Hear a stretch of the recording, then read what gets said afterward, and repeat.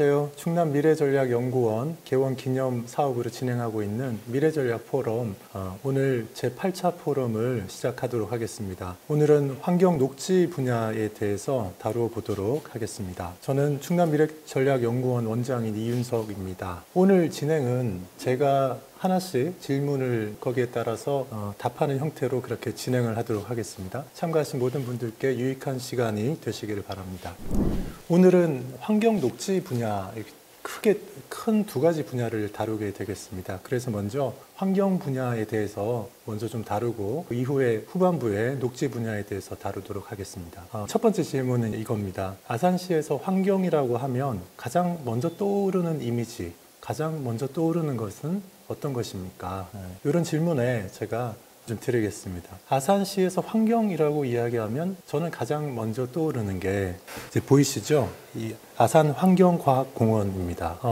아주 맑은 날에 사진을 찍어서 경관이 아주 멋있습니다. 이런 사진 구하기 어려운데 시청에서 제공하는 사진입니다.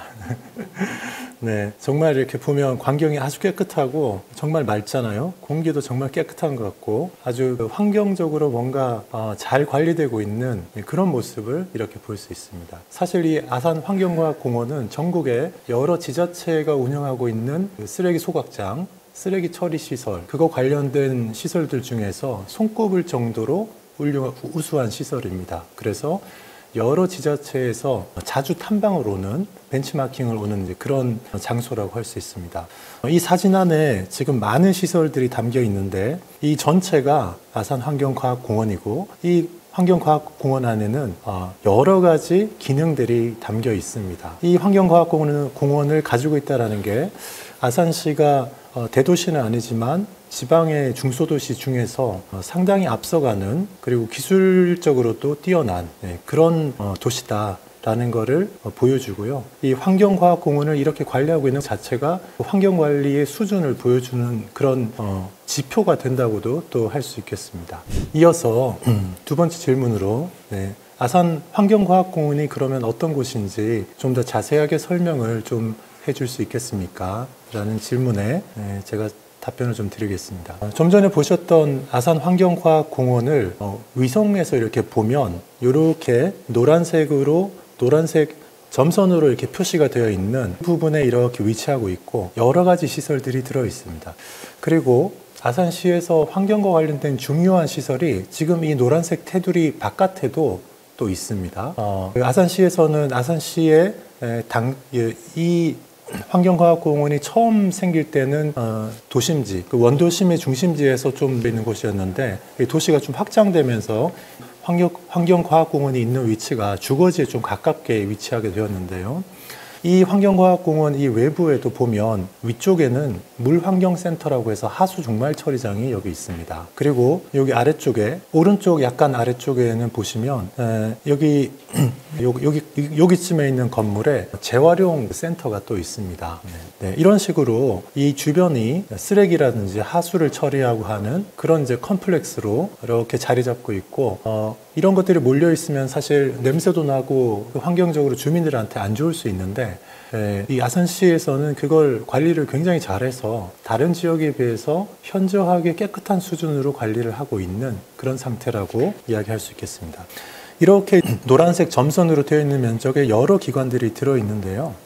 이렇게 빨간색으로 지금 표시된 게 여러 개 있습니다. 이렇게 보면 아산 환경과학공원 이렇게 하나가 있고 거기에 아산 환경과학공원에 아산 그린타워라는 것도 있고 아산 환경과학공원에 생태곤충원이라는 것도 있고 아산 환경과학공원에 건강문화센터라는 것도 있고 또 아산 환경과학공원에 기후변화 체험관도 있고 이 네이버 지도에서 그냥 찍었는데 이렇게 여러 기관이 나옵니다. 이름은 안 보이지만 여기 장영실 과학관이라는 것도 있습니다. 이 지금 아산 환경과학공원은 어린아이들, 학생들의 환경 관련된 교육을 하는데도 굉장히 중요한 장소고 모든 어린이집, 초등학생들은 여기 매년 한 번씩 간다 이렇게 보면 되겠습니다. 시설 하나하나에 대해서 제가 좀 설명을 좀 드리려고 합니다. 아산 환경과학공원의 입구에 이렇게 건물들이 서 있고 아산 환경과학공원 이렇게 간판이 붙어 있습니다. 그리고 이다 보니까 공원에 이런 어떤 조각 작품들도 이렇게 전시가 되어 있고요. 굉장히 인기가 많은, 그리고 학부모들한테 아이들을 둔 학부모들한테도 인기가 아주 많은 장소여서 이런 것들이 있고, 그리고 이렇게 생태곤충원이라는 게 있습니다. 큰 건물 속에 여러 가지 곤충들이 있고요. 그리고 이렇게 동물원에 가야 볼 수 있는 그런 좀 희귀한 그런 동물들도 좀 있고, 그래서 이게 아이들한테 아주 인기 있는 그런 체험학습 할 수 있습니다. 요거에도 시간이 좀 걸리는데요. 이거 말고도 장영실 과학관이 있습니다. 장영실 과학관이 있어서 여기에는 또 체험을 할 수 있는 각종 그런 소개하는 자료들이 있어서 학생들 학습장으로 잘 활용되고 있습니다. 또 하나 할 수 없는 게 이 그린타워죠. 이 그린타워가 이 아산환경과학공원의 거기 가운데 굉장히 높이 이렇게 솟아 있습니다. 그린타워 높이가 150m, 아파트 약 50층 높이 된다고 합니다.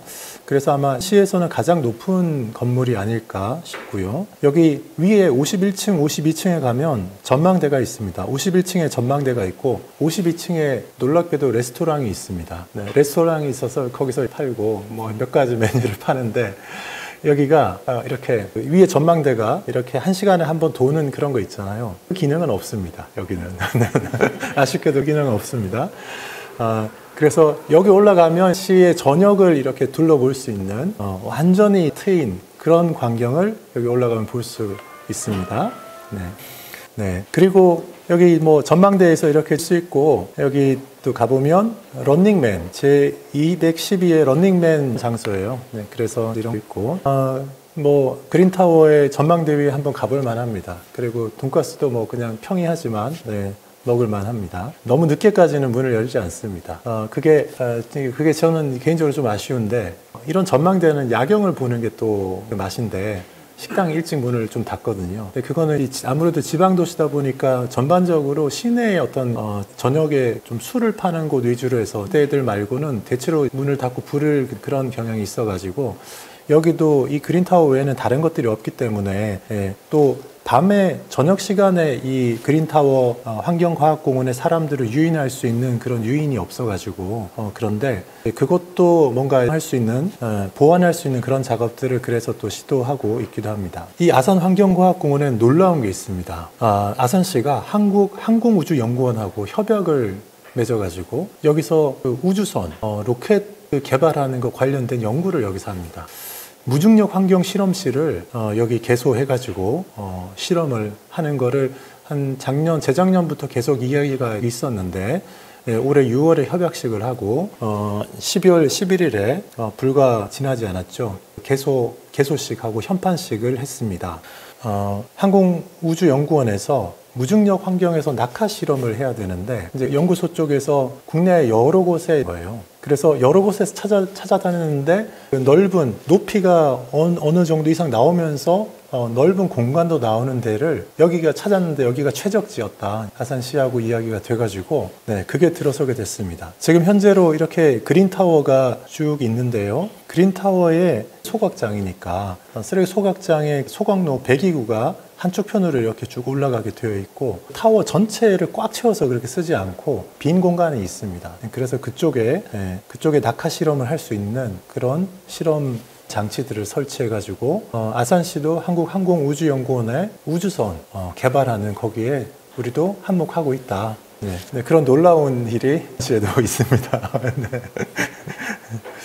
아산시가 도시다 보니까 아무래도 이렇게 저녁에 불이 좀 일찍 꺼지는 경향이 있고, 특히나 환경과학공원 같은 경우에는 주변에 무슨 이렇게 상업시설이라든지 이런 것들이 밀집해 있는 그런 곳이 아니기 때문에 주변이 그냥 해 떨어지면 좀 껌껌해지거든요. 네. 그러다 보니까 환경과학공원의 그린타워랑 공원을 어떻게 좀 더 사람들이 저녁 시간에도 좀 이용하게 할 수 없을까, 그런 생각을 늘 해왔었고, 그래서 야간 경관 시설을 갖추어서 저녁에 밤에도 사람들이 찾아올 수 있는 그런 공간을 좀 만들어야 되겠다, 그런 생각들을 계속 하고 있었고, 생각 가지고 경관 명소화 사업해서 또 이런 일들을 추진해가지고 아마 이런 시설이 갖추어지지 않을까 싶습니다.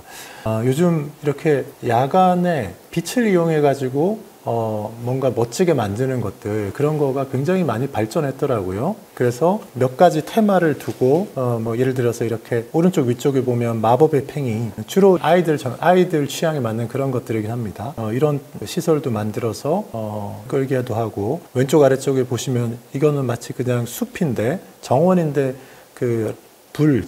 전구를 잔뜩 이렇게 해가지고 멋진 풍경을 만들기도 하고, 또 오른쪽 아래쪽에 보시면 이렇게 아이들 놀이터인데 거기에 여러 색깔을 입히고 빛이 조명이 나오도록 해서 밤에 이렇게 와도 이렇게 근사한 어떤 좋은 지역이 여러 개 있도록 해가지고 저녁에 와서도 한번 이렇게 둘러보고 시간을 좀 보낼 수 있는 공간, 그런 공간을 만드는 사업을 이렇게 진행을 하고, 이것도 또 갖춰지면 기존의 이제 아산환경과학공원은 뭐 일단 낮 시간에는 뭐 아이들로 인해서 경우가 되게 많았고, 또 근처에 또 고조원 안에 배미 수영장도 같이 있지 않습니까? 그래서 수영장 오는 인원도 많고 때문에 그래서 상당히 지금까지도 뭐 아산의 어떤 뭐 일종의 관광지죠. 관광지인데 계속해서 그런 인기를 누려갈 수 있지 않을까 생각이 듭니다. 질문인데요. 말씀드린 거는 아산과학공원의 굉장히 좋은 점을 말씀을 드렸습니다. 그런데 아산환경과학공원의 이 그린타워는 쓰레기 소각장이 굴뚝이지 않습니까? 결국 이렇게 따져보면 쓰레기 소각장 관련된 무슨 논란이 혹시 있을 수도 있겠다 싶은데, 아산시는 소각장과 관련된 그런 논란이나 갈등은 없습니까? 라는 게 그래서 제가 소각장에 대해서 좀 말씀을 좀 드리려고 합니다. 사실 쓰레기를 모아서 우리가 종량제 봉투에 넣어가지고 버리는 것들이 전부 다 여기 와서 불태워서 없애는 거거든요. 쓰레기가 어마어마하게 발생합니다. 이 쓰레기 처리 용량이 하루에 200톤이에요. 2011년도에 가동을 했습니다. 24년이니까 13년 되지 않았습니까? 그런데 2018년도부터 2020년도 기준으로 그 3년간에 평균 반입량이 연 300일 이렇게 가동하는 거 기준 반입하는 거 기준으로 해가지고 하루에 201톤 반입이 됐습니다. 처리 용량이 2톤인데 그리고 평균 소각량이 한 200톤 넘게 소각을 계속 해왔습니다. 그리고 소각로를 설계할 때 열을 얼마나 버틸 수 있느냐라는 거가 있는데, 그게 킬로그램당 3,000kcal 이렇게 설계 사양이 그랬었는데 3년 평균 보면 설계 발열량보다 훨씬 많은 칼로리가 나와서 그만큼의 부담이 많이 된 거죠. 850kcal가 초과됐는데, 이 주된 원인이 뭐냐 하면 비닐하고 플라스틱이 많아가지고, 그래서 열량이 많이 발생해서 설계할 때보다 예상을 못했던 거죠. 더 많이 이렇게 되고 있습니다. 그래서 반입 폐기물의 발열량 설계 기준으로 용량 대비 과다하게 중이고, 기존의 설계 기준 용량은 사실 200톤이긴 한데 실제로 발열량 기준 용량은 155톤 정도까지 하는 게 적절한데 지금 당하고 있는 겁니다. 소각로가. 게다가 지금 시가 얼마나 이렇게 빨리 성장하고 있습니까? 인구가 매년 10,000명 이상씩 늘지 않습니까? 그러니 지금 인구가 39만 명 이렇게 넘었다고 하는데 2011년도에 가동을 시작할 때만 해도 인구가 이렇게 많지 않았었습니다. 그때랑 비교하면 지금 10만 명 이상 더 늘었죠. 10만 명 이상 더 늘었으니까 쓰레기는 얼마나 이제 더 늘어나고 있을까. 그리고 지금 2040 도시기본계획 같은 데 보면 정부에서 2040 인구로 이렇게 승인해준 인구가 65만인가 그렇거든요. 추세로 계속 가면 매년 인구가 1만 명 이상씩 늘 거고, 얼마 전에 도시개발국장님도 언론 브리핑하면서 말씀하셨지만 아산시 안에 21개의 도시개발 사업, 아파트 건설하는 사업이 있단 말입니다.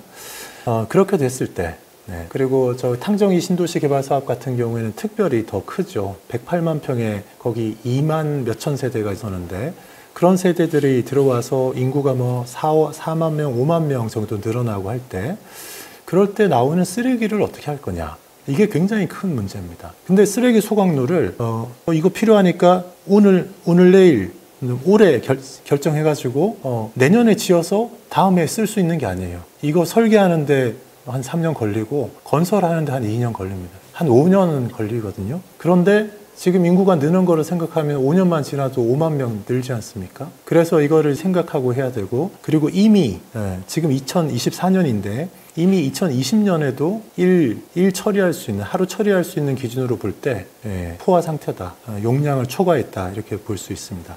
그래서 이 문제를 해결을 해야 됩니다. 그래서 지금 기본 설계 뭐 이런 단계에 지금 들어가서 작업을 한 상태죠. 그런데 이 소각로는 돈이 굉장히 많이 드는 사업입니다. 문제는 돈이 너무 많이 듭니다. 그래서 이제 하여튼 이런 배경을 가지고 쓰레기 소각로를 지금 한 1호기가 있는데 더 증설을 해야 되는 상황이 됐습니다. 그래서 2호기를 어떻게 하려고 계획하고 있냐 하면, 지금 현재 쓰레기 소각 시설이 있는 거기 옆에 아산환경과학공원 내부에 안에 2호기를 추진합니다. 거의 1,300억 원 들어갈 것으로 예상이 되고요. 하루 처리 용량 2,200톤. 그리고 기존 1호기 용량하고 비슷한 규모로 그렇게 이제 할 거로 추진하고 있고, 24년도부터 해서 24년, 25년도에는 설계, 26년 초반까지 이제 설계를 하도록 되어 있고요. 26년도부터 중반부터 공사가 들어가서 26년, 27년, 28년도 말쯤에 이게 준공돼서 그 후로부터 할 수 있게 될 거다. 전에 1호기의 용량이 200톤인데 이미 상태예요. 그래서 쓰레기 관리를 잘 해야 됩니다. 그래서 쓰레기가 넘쳐나면 어떻게 하냐면 다른 데로 보내서 쓰레기를 처리를 해야 됩니다. 우리처럼 아산시처럼 이렇게 도시에서 누구도 이런 거를 하고 싶진 않을 겁니다. 그런데 누군가는 쓰레기를 처리를 잘 해줘야 되거든요. 그래서 이 쓰레기 소각시설 2호기를 잘 준비하는 거, 그 다음에 증설하는 위치는, 장소는 여기입니다. 아산환경과학공원 안에 내부에 요 위쪽에 요쪽에가 있습니다. 그 옆에 지금 풋살장으로 되어 있고 공터가 있는 부분이 있는데 2호기가 이렇게 연결이 될 거고, 환경 그린타워 여기가 이쪽이라고 했잖아요. 그러니까 꿀뚝과 가까이 있어서 이게 이렇게 연결이 되어야 됩니다. 이렇게 소각로가 있어가지고 막대한 열이 여기서 발생하죠. 다 태워서 하니까. 그러면 태워서 없애버리기만 하느냐? 소각로에서 나오는 게 있습니다. 뜨거운 그 열이 있으니까 그걸로 물을 데워가지고 거기서 나오거든요. 엄청 뜨거운 고압의 증기가 나오는데, 고압의 증기가 나오는 거를 스팀을 어디다 파냐면 요 길 건너편에 여기 있습니다. 뭐 국일제지 이런 공장들도 있고, 여기 제약이라고 제약회사도 있는데, 국일제지 같은 제지 회사에서는 특별히 스팀을 많이 필요로 해가지고 거기에 열을 판매를 합니다. 관을 가지고. 그리고 경보제약에서도 일부 가져가서 난방열이나 이걸로 사용하기도 합니다. 수입들이 이렇게 나오는데, 그러면 우리 동네에 쓰레기 소각장이 들어왔는데 우리는 뭐냐? 주민들이 그러지 않겠어요? 이 처리를 아무리 잘해도 보통 때는 안 나다가도 가끔씩은 냄새 나고 그러거든요. 그러면 우리한테 무슨 피해가 있지 않냐? 아무리 타워에 이렇게 배기가스를 정화해내는 기술이 아무리 좋다 해도 혹시 그거 고장 나거나 뭐 불량품이 들어가나 했을 때 이렇게 막 새 나오면 어떡하냐, 그럴 우려는 있으니까요. 그래서 주민들한테 특별한 보상을 해줍니다. 여기 인근 지역 아주 가까이 300m 이내에 사는 분들한테는 처음에 1호기를 할 때도 일시적인 이런 보상들도 있었고, 그 다음에 2호기를 설치할 때 1,300억 가까이 든다고 했지 않습니까? 그런데 그렇게 들어가는 비의 20%까지를 지역 주민들한테 보상 차원에서 지불하도록 법으로 정해져 있습니다. 그러니까 금액, 시설비만도 1,300억인데 거기에 20%에 해당하는 돈을 지역 주민들한테 뭔가 줘야 됩니다. 의무적으로. 그리고 이렇게 매년 운영하면서 폐열을 판매한 수입 같은 거를 어느 부분 주민들한테 이렇게 또 배분을 해줘야 됩니다. 그래서 그런 것들을, 이 시설이 자기들 동네에 들어오는 거를 그래도 허용해주는 그 대가로서 하는 거거든요. 그러니까 이 지역분들이 이거를 허용을 안 해줬으면 지금 39만 아산 시민들이 되게 고생스럽게 자기 집 마당에서 쓰레기 태우고 있어야 될지도 모르는데, 그러지 않고 여기 다 모아서 깨끗하게 하는 거거든요. 2호기를 처음에 일시불로도 뭔가 이렇게 동네마다 지원해 주는 게 있었어요. 1호기 설치할 때 배미 1통하고 시록 4통, 거기가 제일 가까운 지역인데 동네에 25억 원을 지원을 해줬고, 그 외 지역 조금 더 멀리 있는 24개 마을 7개 단체에 25억 원을 지원해 줬다고 합니다. 2011년도에 처음 운영하기 그 무렵에요. 그런데 2호기가 설치되면 이 주변 영향지역 300m 정도 가까이 있는 주민들에게 연간 지금 한 8억 원 정도 이렇게 나눠주는데, 그래서 주변 지역 사람들은 1년에 가구마다 돈을 이렇게 받습니다. 네, 그래서 사시는 분들은 막상 살아보니까 공기가 크게 나쁘진 않아요. 사실 관리 잘하기 때문에 크게 나쁘지 않습니다. 그래서 거기 사시는 분들은 다른 데 이사 안 가고 그냥 집을 계속 유지를 합니다. 왜냐하면 매년 돈이 이거 폐열 수입 이런 게 계속 들어오거든요. 그래서 계속 유지하고 계시고, 그런데 2호기가 들어서면 받는 게 조금 더 늘어나게 될 거고, 그리고 300m 있는 분들 말고 조금 더 넓으면 먼데 있는 분들도 뭔가를 좀 해달라, 뭐 이런 거 있어서 그런 것들은 시하고 이렇게 주민들하고 돼야 되는데, 뭐 시로서는 주민들이 이거 꼭 필요한 시설이기 때문에 시민들이 원하는 거를 어느 정도 맞춰줄 수밖에 없고, 또 그렇게 해줘야지만 되는 거기 때문에 그렇게 잘 될 것 같고요. 근데 정말 다행히도 우리는 첫 번째 소각로를 세웠을 때 선례가 아주 좋아가지고, 그래서 주민들도 굉장히 협조적이고, 그러니까 시에서 주민들한테 주는 혜택들도 많습니다. 그래서 아까 제가 보여드린 요 아산 환경과학공원 옆쪽에 뒤에 하수처리장이 있고, 그리고 요 옆에 가면 동물보호센터라는 게 있어요. 시에서 유기견들 이제 이렇게 구조해가지고 데려다가 해서 입양시키고 하는 그런 건물도 이쪽에 층짜리 이렇게 지었습니다. 3, 40억 들여서 짓고, 거기에 직원들도 뭐 고정으로 직원이 뭐 한 10명이나 이렇게 되고, 그런 거 할 때 지역 주민들을 또 이렇게 고용해서 해주기도 합니다. 그래서 뭐 이게 대기업이 취직하는 것처럼 뭐 그렇게 큰 돈 내는 건 아니지만 지역 주민들한테 뭔가 하여튼 도움이 되도록 그렇게 아산시는 잘 운영을 좀 하고 있다. 네, 그렇게 말씀드릴 수 있고요. 2호기 설치할 때도 그렇게 하여튼 주민들하고 잘 협력이 돼가지고 주민들한테 적절한 어떤 또 기금도 이렇게 주면서 잘 이게 진행이 돼야지 될 것 같습니다. 다음 질문은 우리 아산시에 있는 쓰레기 소각장 그래도 굉장히 협조적으로 이렇게 잘 이야기가 되고 있는데, 지금 천안시의 쓰레기 소각장 문제 때문에 갈등이 심합니다. 천안시의 쓰레기 소각장 설치 문제로 천안시하고 아산시가 갈등이 있다는 그런 이야기가 있는데, 이게 어떤 상황입니까? 라는 게, 이 상황을 혹시 아시는지 모르겠습니다. 천안도 마찬가지로 이 쓰레기 소각장이 있어야 되지 않겠습니까? 천안은 아산보다 일찍 빨리 발전을 했기 때문에 쓰레기 소각로가 지금 1호기, 2호기 두 개가 있습니다. 아산은 2011년에 운영하기 시작했는데, 천안은 1호기를 2001년도, 아산보다 10년 더 빨리 이제 운영하기 시작했고, 2호기를 2015년도에 이렇게 세웠습니다.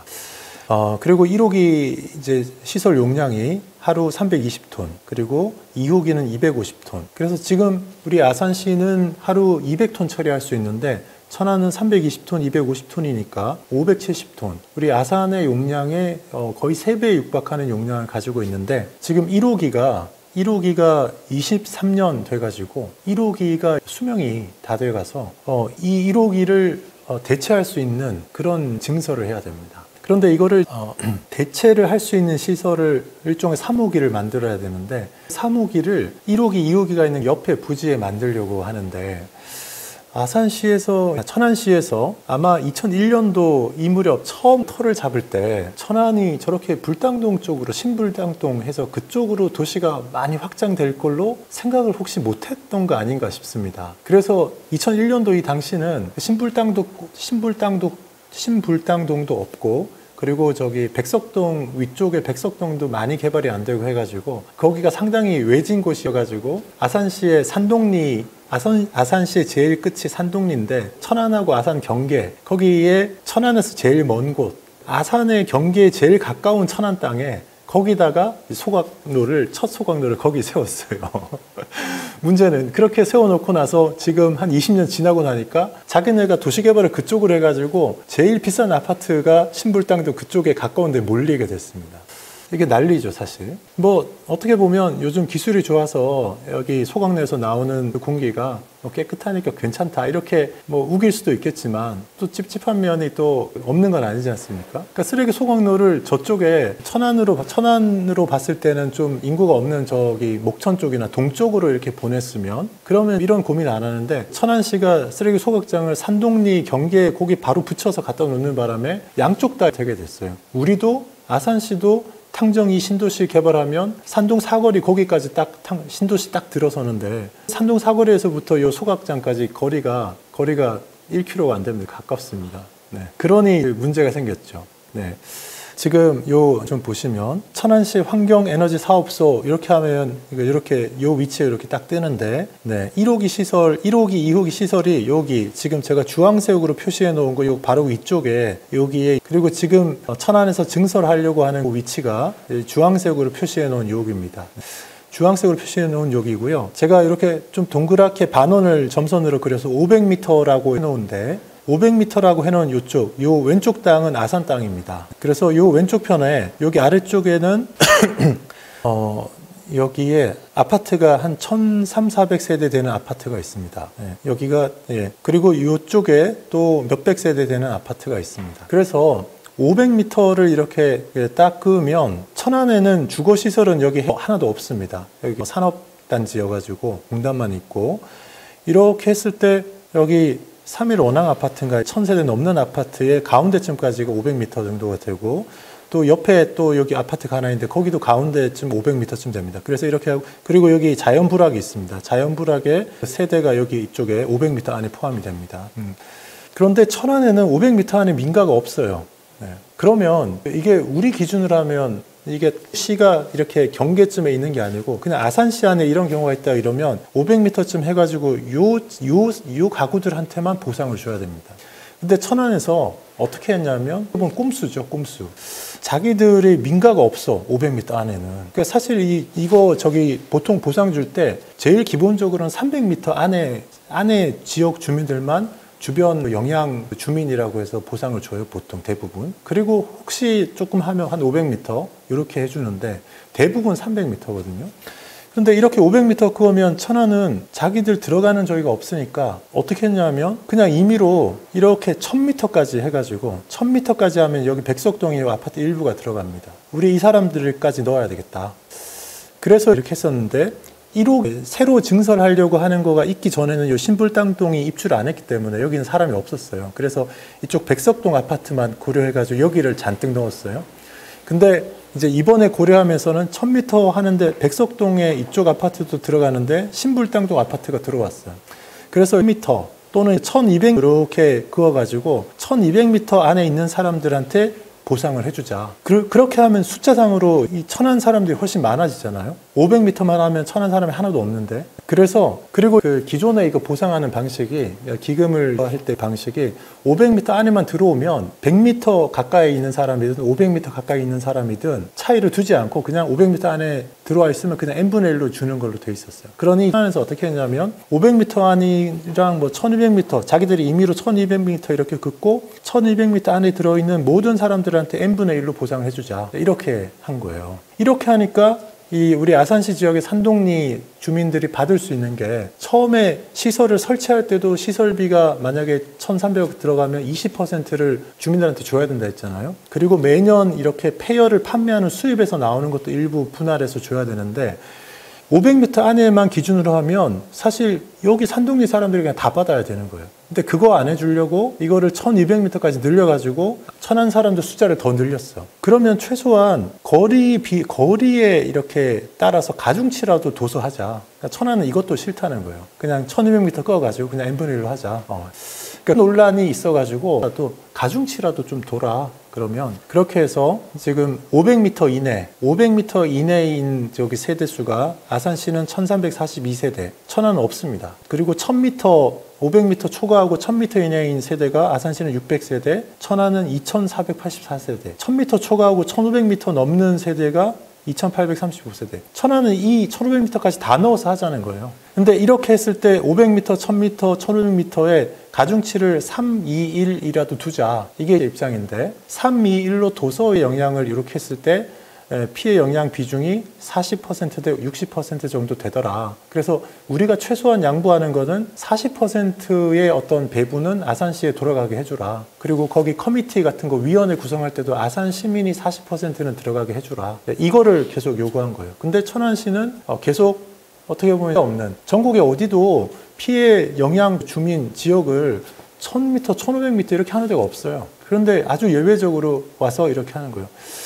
근데 사실은 이 거리별 가중치를 3대 2대 1로 두는 것도 이것도 너무 약한 거예요. 왜냐하면 어떤 이 입자라는 거는 이 직선으로만 왔다 갔다 할 수 있는 1차원이잖아요. 그러니까 평면으로 퍼져나갈 수만 있고 위로는 못 가면 2차원이잖아요. 그런데 이 입자라는 거는 3차원이잖아요. 3차원. 위로도 가니까 공간을 퍼져나가는 거기 때문에 바람이 불지 않는 상태면 이쪽으로 나온 그 입자들이 브라운 운동, 공기 중에서 대기 중에서 브라운 운동을 통해서 이렇게 확산이 될 텐데 그러면 그거는 그냥 뭐 측정을 정확하게 해보지는 우리가 않았지만 측정하는 것 자체가 어려워요. 그런데 간단한 물리적인 뭐 그런 어떤 지식 가지고 있어도 이렇게 공간으로 확산되어 가는 거니까 밀도라는 거는 거리의 제곱도 아니고 거리의 세제곱에 반비례해서 이게 뭐냐 밀도가 작아지는 거잖아요. 그러면은 그렇게 생각하는 거예요. 이거는 최소한 거리에 따라서 세제곱에 반비례해야 된다. 그래서 제일 가까운 데는 가중치를 9로 줘야 되고 그리고 중간에는 4로 줘야 되고 먼 데는 1로 줘서 하자. 그렇게 계산하면 3대 2대 1로 주는 거에 비해서 9대 4대 1로 주면 53대 46으로 돼요. 천안시가 그렇게 사람을 많이 넓혀가서 넣어도. 그러니까 저는 주장해야 된다. 저는 이렇게 사실 생각하거든요. 그러니까 천안이 너무 무리하게 자기들이 하려고 이렇게 한 거예요. 그러니까 천안시가 이게 자꾸 문제가 되니까 안 나오니까 아산시가 동의를 안 하면 천안시가 수거시설을 설치를 못 합니다. 이게 합의가 돼야 돼요. 그러니까 뭐 중앙분쟁처리위원회 이런 데 가서 뭐 조정하라고도 하고 했었는데 아산시에서 요구한 거는 상생지원금 40억 원 내고 주민지원협의체 구성할 때 아산시 시민을 40%를 위촉해라. 현재는 13명 중 4명이라서 31%라고 합니다. 그리고 주민지원기금 배분 비율을 40% 이렇게 지불해라. 지금은 26%밖에 안 줘요. 그러니 이거는 정말 불합리하잖아요. 그래서 근데 천안시도 완강하게 하니까 중앙분쟁 뭐 조정하는 위원회에서는 30억 원으로 중간에 그냥 해가지고 하라는데 뭐 아무 논리도 없어요. 그냥 30억 해라 이렇게 턱 온 거예요. 그거 도저히 우리는 수긍할 수 없다. 정말 이거 못하겠으면 저 소강로 다른 데로 보내라. 그러니까 천안에서 여기랑 쪽이랑 두 개를 같이 검토를 했었어요. 그런데 천안 입장에서는 여기 세우면 좋은 게 옆에 산업단지가 있어서 폐열을 팔 수가 있어요. 여기 하면. 그러니까 이게 결론이 안 나니까 도에서도 중재안을 내서 33억 원 상생지원금 내고 뭐 다른 거는 현행 그대로 유지하도록 해라. 그러니까 도에서는 뭐 이거를 아산 시민 입장에서 해결해 줄 의지가 없는 거예요. 이거를 이렇게 우리는 할 수 없다. 아산시 기본 입장은 이거예요. 보상 대상이 되는 천안시 인원 늘리기 위해서 거리를 늘리지 말아라. 그러니까 300m, 500m 그것만 해라. 왜냐하면 우리도 여기 아산 환경과학공원에 여기 보상하는 것도 300m, 500m 그거 가지고 하는데 만약에 이 기준을 따르면 아산시가 이중잣대를 대는 거잖아요. 그건 아니라는 거죠. 만약에 천안, 아산 합쳐져서 광역시가 됐을 때 저기는 1200m 적용하고 여기는 300m 적용해서 하는 게 말이 되겠어요? 안 되잖아요. 일관성이 없어지니까. 그리고 가까운 거리에 있는 주민들한테 더 높은 가중치를 두어서 보상해라. 이게 아산시가 계속 주장하는 거예요. 근데 천안이 지금 얘기하는 거는 자기들이 다 갖고 의사결정 권한도 다 갖고 거기서 나온 수입이나 이런 것도 아산에는 적게 줄 거야. 기본 입장이니까 거기서 제 갈등이 있는 거예요. 그리고 사실 이런 어떤 명분도 없으면서 지난해인가는 용감하게 천안의 어느 국장이에요. 나와서 아산시가 명분 없는 반대가 한다. 이런 없는 말을 이렇게 아주 용기 있게 이렇게 한 국장도 있었어요. 공무원이 어떻게 그런 무책임한 말을 할 수 있는지 모르겠어요. 네, 이게 지금 아산시하고 천안시하고의 갈등 문제예요. 네. 근데 말이 안 되는 거를 이렇게 해놓고서는 그냥 해달라고 그냥 우기는 거예요. 어떻게 이렇게 해서 이게 무슨 시민의식이 있다고 할 수가 없어요, 이거는. 이렇게는 할 수가 없고 합리적인 방향을 찾아야죠. 요거를 해결하는 게, 또 질문으로 갈게요. 발전하고 생활 수준이 높아지면서 쓰레기 처리는 더 중요해지는 것 같습니다. 그런데 혹시 쓰레기 소각장 외에 또 쓰레기와 관련된 중요한 일이 혹시 있을까요? 네, 이 질문인데요. 쓰레기 소각장 말고도 사실 쓰레기 처리 관련된 거 많습니다. 그런데 그중에 누군가는 해야 되는데 뭐 이거를 누가 안 하기 때문에 시가 나서서 하는 건데요. 그중에 한 가지 또 말씀드리면 쓰레기 소각장에 가서 쓰레기를 태우면요. 다 타서 기체로 날아가는 게 아니고 남습니다. 재와 뭐가 남아요. 진짜 그거는 정말 처치곤란인데 그건 어떻게 하냐. 그거. 그 다음에 재활용 쓰레기 봉투, 종량제 쓰레기 봉투에 넣어서 버리지 못하는, 불에 타지 않는 그런 것들이 있어요. 유리, 도자기, 뭐, 이거 어떻게 하겠습니까?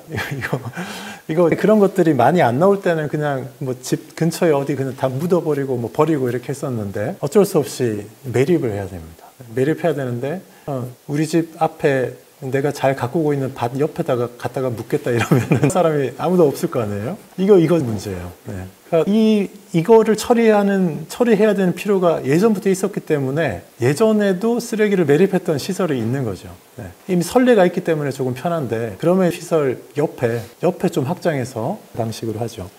지금 우리는 아산시는 여기 모종동 옆에 신동 배방 가는 쪽에 그쪽 신동에 매립 시설이 있습니다. 거기에 쓰레기 소각로에서도 다 타고 나서 재로 남고 또 타지 않는 쓰레기들, 정말 처치 곤란한 쓰레기들을 거기 갖다가 다 묻습니다. 밑에 구덩이 크게 파가지고 거기다 다 묻어요. 곡교천 바로 건너 2011년부터 2015년까지 1차로 거기 조립했습니다. 그리고 그것도 이렇게 파서 이거 매립을 하는데 매년 갖다 쌓으면 언젠간 찰 거 아니에요. 2년 전에 2년 남았다 그랬습니다. 2년 전에 1년 남았다 그랬어요. 그래서 이 사업비를 들여서 그것도 해야 됩니다. 하는 공간을. 위치가 어디냐 하면 지금 이렇게 모종들이 있고 여기 노란색으로 되어 있는데 여기가 아마 온양천이 이렇게 흘러가는데 여기 온양천이랑 곡교천 합수부가 되겠습니다. 여기 이렇게 있는데 여기 보면 야구장도 있어요. 한마음 야구장 있고 또 시민 무슨 체육센터 있고 한데요. 한마음 야구장 있고 한 거기도 쓰레기 매립지였어요. 네, 쓰레기 거기 또 이렇게 복귀해가지고 메워가지고 뭐 만들고 뭐 이런 데거든요. 이 주변은 지금 파면 쓰레기가 나옵니다. 모종 여기 샛들지구 여기 재개발 사업 하는데도 들어갔는데 쓰레기가 나와가지고 그거 파느라고 시간 물어주고 이런 일들이 막 있었어요. 옛날에 기록이 안 남아있다 보니까 그런데 하여튼 여기가 쓰레기 매립지입니다. 지금 여기 온양천이 이렇게 흘러가는데 이 21번 국도의 위쪽 편으로 이렇게 해서 온양천 왼쪽 편, 곡교천 쪽으로 여기 넓은 논이 보이잖아요. 여기 지금 전부 도시개발 계획이 다 서 있어가지고 아파트 단지로 한 5년에서 길어도 한 10년 이내 여기는 다 아파트가 쭉 들어설 텐데 이 끝에 있는 아파트 단지는 바로 온양천 바로 옆에 쓰레기 매립지가 하여튼 있게 되겠습니다. 근데 이렇게 큰 도시가 이렇게 운영되는 데 있어서 이거는 거의 최종적입니다. 최종. 처분, 태워서 없앨 수 없는 마지막 남은 쓰레기를 버리는 곳. 그게 이쪽에 이런 것도 시에서 신경 쓰고 지금 추가로 매립할 수 있는 게 많이 남지 않았기 때문에 여기 준비를 해야 되는 거거든요. 네. 그래서 이거 있다는 것도 분들은 아마 모르실 겁니다. 그냥 쓰레기 내다 놓기만 하면 어디로 가서 처리될 텐데 이렇게 생각할 텐데 그게 저절로 어디 가는 게 아니라 이거를 어디 버릴지를 정하기 위해서 공무원들이 정말 머리 싸매고 하고 있습니다. 다행히 지금 당장은 아파트가 들어서기 전이니까 다행이잖아요. 아파트가 옆에 있었으면 여기 들어오지 못하게 아마 결사반대 했을 겁니다. 네, 여기 이게 쓰레기 소각장 말고도 또 있었고 또 이거 외에도 우리 하수 종말 처리장이 지금 용량이 상태에 있고 그것도 개보수하거나 증설해야 되는 게 있습니다. 특히 뭐가 문제가 되냐면 요새 집집마다 아파트 같은 데서 싱크대에 음식물을 갈아서 그냥 내보내는 거 있지 않습니까? 그거 쓰는 데가 많아지는데 그 음식물 찌꺼기를 그래도 걸러서 이렇게 버리는 거를 따로 해줘야 되는데 그러지 않고 갈아서 보내버리면 종말 처리장이 처리 보통의 하수하고 달라가지고 그거는 처리하는데 몇 배 부하가 걸려서 문제입니다.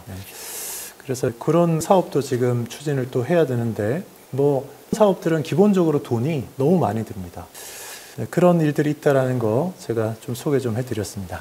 자, 다음 질문은 분뇨로 인한 악취 관련된 겁니다. 아산시 여러 지역에서 가축 분뇨로 인한 악취 때문에 많은 시민들이 고통받고 있습니다. 현재 어떤 상황인지 또 시에서 어떤 노력을 하고 있는지 해결 방안은 뭐가 있을지 들어볼 수 있을까요? 네, 질문으로 제가 좀 답변을 드리겠습니다. 이 가축 분뇨로 인한 악취 때문에 혹시 고통 안 받으신 분이 있을까요? 아산시에? 아마 없을 것 같습니다. 네. 이 원도심, 오히려 어떻게 보면 여기 원도심 쪽에 이 가축 분뇨로 인한 악취 냄새는 오히려 적어요. 이게 어디에 많냐 하면 옛날에 시골이었던데, 네, 많습니다. 저 지금 배방탕정이 지금 잘 나가지만 옛날에 시골이었잖아요.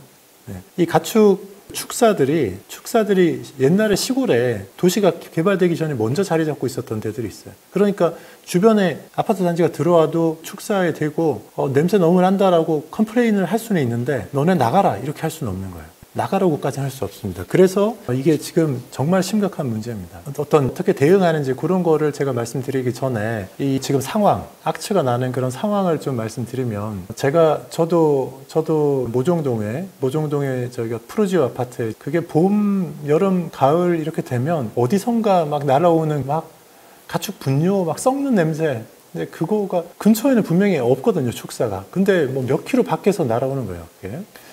그런데 그거를 훨씬 더 가까이에서 냄새 맡는 분들이 있습니다. 배방탕정, 신도시 쪽에 사는 분들은 훨씬 가까이에서 맡아요. 장난 아닙니다. 그러니까 우리 아산시에서 제일 아파트가 제일 비싼 데가 풍기역 앞에 있는 한들 물빛도시 주변 아파트들이 제일 비싼데 거기도 저 남쪽에서 날아오는 악취에 내내 시달립니다. 신도시들 중에 이런 신도시가 있을까 모르겠습니다. 정말 대단해요. 특히 축사들이 어디에 밀집되어 있냐면 천안하고 아산 경계에 천안의 풍세면 쪽에 축사들이 잔뜩 수십 개가 있습니다. 아산 쪽에도 몇 개 있습니다. 그런데 바람이 북풍으로 이렇게 불면 거기 축사의 냄새가 그냥 배방 탕정 쪽을 수키로 떨어져 있는데 확 오는 거예요. 제일 가까운 데가 좀 생긴 지 좀 오래됐지만 그 배방에서 좀 큰 단지 배방 자이 1차 아파트 거기가 제일 먼저 맞는데요. 그리고 거기 뭐 새교리 쪽에 뭐 옛날 신라 아파트나 뭐 요즘 H 아파트 들어선데 이런 데들이 제일 가까이서 맞고 그리고 길 건너서 한들 물빛도시랑 뭐 연화마을, 용현마을 이런 데 확 쓸고 지나가죠. 정말 끝내줍니다. 정말 끝내줘요. 견디기 어려운 그런 냄새입니다. 거기가 하나의 진원지고 또 하나 다행히 이제 우리 주민들이 많이 거주하지 않아서 그나마 좀 다행인데 우리 저 도고 쪽에 거기 예산하고 경계가 있는데 예산의 경계인 그쪽 땅에 그 예산의 경계 끝에 거기 축사를 예산에서 그쪽에 몰아놨어요. 그래서 도고 쪽으로 이렇게 악취가 날아오는 게 있습니다. 그리고 신세면 그쪽처럼 많이 밀집해 있지는 않지만 신창에도 그런 뭐 개사 이런 것들이 있어가지고 거기 주민들도 난리예요. 난립니다. 간담회 할 때마다 그거 어떻게 해결 못하냐고 난리고 그리고 은봉면에 아파트라고 있는데 포스코 아파트에서 한 1km쯤 떨어진 앞쪽에 물론 아파트보다 먼저 돈사가 있었어요. 거기도 돈사인데 아마 한 7,000마리 뭐 이렇게 키우는 엄청나게 큰 농장이 있습니다. 거기도 매일같이 전쟁이에요. 매일같이. 냄새가 심할 때는 집안에 문 열어놓고 냄새가 들어오면 옷에 냄새가 배가지고 빨래 널어놨을 때 냄새가 배서 세탁을 다시 해야 됩니다. 그렇게 심각한 상태로 계속해서 고통받고 있고 그래서 시의 시민들이 요구하는 정말 강력한 민원인데 문제는 이거를 해결할 수 있는 실효성 있는 방안이 현실적으로 없습니다. 그냥 농장주의 선의와 농장주가 가진 자산을 여유가 있어가지고 농장주가 투자를 많이 해서 깨끗한 축사를 만드는 거 말고는 사실상 실효적인 방법이 없어요. 그게 정말 큰 문제입니다. 이거 해결하기 위해서 정말 부지기수로 쓰고 해봤는데 이게 정말 어려운 문제예요. 시에서 지금 운영하고 있는 거 이런 겁니다. 일단 그 악취가 난다는데 악취를 일단 모니터링하고 측정을 해야지 이거를 뭔가 할 수 있잖아요. 측정하지 않으면 아무것도 할 수 없습니다. 그러니까 냄새가 독하게 난다는데 얼마나 독한지 그게 뭔가 법으로 뭔가를 하거나 조치를 취할 수 있을 만큼의 뭔가가 되는지 이런 거를 해야 되거든요. 그래서 24시간 악취 통합 관제센터를 운영을 하기 시작했어요. 직원들을 더 뽑아가지고 진짜 24시간 이렇게 모니터링 합니다. 악취가 난다 그러면 계속 저기도 하고 어디서 뭐가 악취가 유난히 심하게 난다 그러면 가서 측정하고 또 뭔가 처분을 할 수 있도록 측정하는 채취해서 하는 이런 것들도 하고 그리고 이 규모가 큰 그런 악취 원인이 되는 데는 고정식으로 악취 측정기를 설치를 해 놓습니다. 그러면 그게 시간마다 이렇게 악취를 측정해서 쭉 기록으로 남겨요. 그게 어느 수치를 넘으면, 보통 수치 측정하는 것 중에 기준이 10입니다. 10을 넘으면 악취가 심하다. 그리고 공식적으로 포집해서 측정했을 때도 10을 넘으면 행정 처분을 할 수 있습니다. 그런데 이 냄새라는 게요. 냄새라는 게 이게 쉽게 잡히지가 않습니다. 우리가 도둑 잡을 때는 몸을 딱 잡으면 잡히는데, 이 냄새가 누가 심하게 난다라고 해서 그러면은 심하게 나는 순간에도 냄새를 탁 잡으면 잡히냐? 이게 잡히는 게 아니에요. 잡히는 게 아니에요. 그러니까 측정기에는 측정이 돼서 뭐 이렇게 뭐 숫자가 5, 10, 40, 뭐 악취가 심해서 100도 뜨는데, 측정기에 떴어. 저는 처음에는 측정기에 그게 딱 측정해서 수치가 10을 넘어서 30 찍히면은 이 데이터 가지고 단속을 할 수 있는지 알았는데, 이거는 법적인 효력이 없어요. 자동 측정기 이거는. 그래서 10을 넘는 무슨 악취가 난다 이러면, 이런 그 공기를 넣을 수 있는 망이죠, 망. 봉투. 큰 봉투를 가지고 가서 공기를 담아야 돼. 그리고 공기를 담아서 어딘가에 있는 그 하는 기관에 이 봉투를 보내가지고 거기서 검사를 하는 거예요. 근데 내가 냄새를 확 나는 걸 맡았는데, 당장도 아니고, 뭐 한 30분쯤 뒤에 출동해가지고, 그 다음에 주인의 동의도 얻어야 돼. 측정하는 거예요. 동의를 안 얻으면 법적인 효력이 없어요. 주인의 동의를 얻어가지고 봉투에 넣었어. 냄새 맡았던 독한 공기가 가만히 있겠어요, 그게? 독한 공기를 순간에 탁 넣어가지고 할 수가 없는 거예요. 이게 너무 어려운 거예요. 그래서 정말 그게 만연해서 막 여기저기 계속 냄새가 독한 상황이면 공기를 넣어서 하면 10을 간신히 넘을 수 있는데, 자동 측정기로는 막 10을 넘어서 30, 50이 나와도 이게 포집 봉투에 넣어가지고 하면 안 되는 거예요.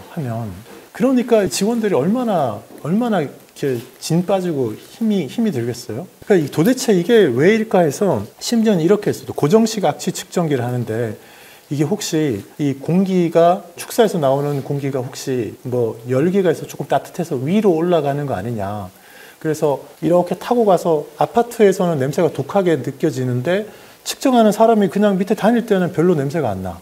혹시 그런 거 아니냐 해서, 심지어는 이렇게도 있어요.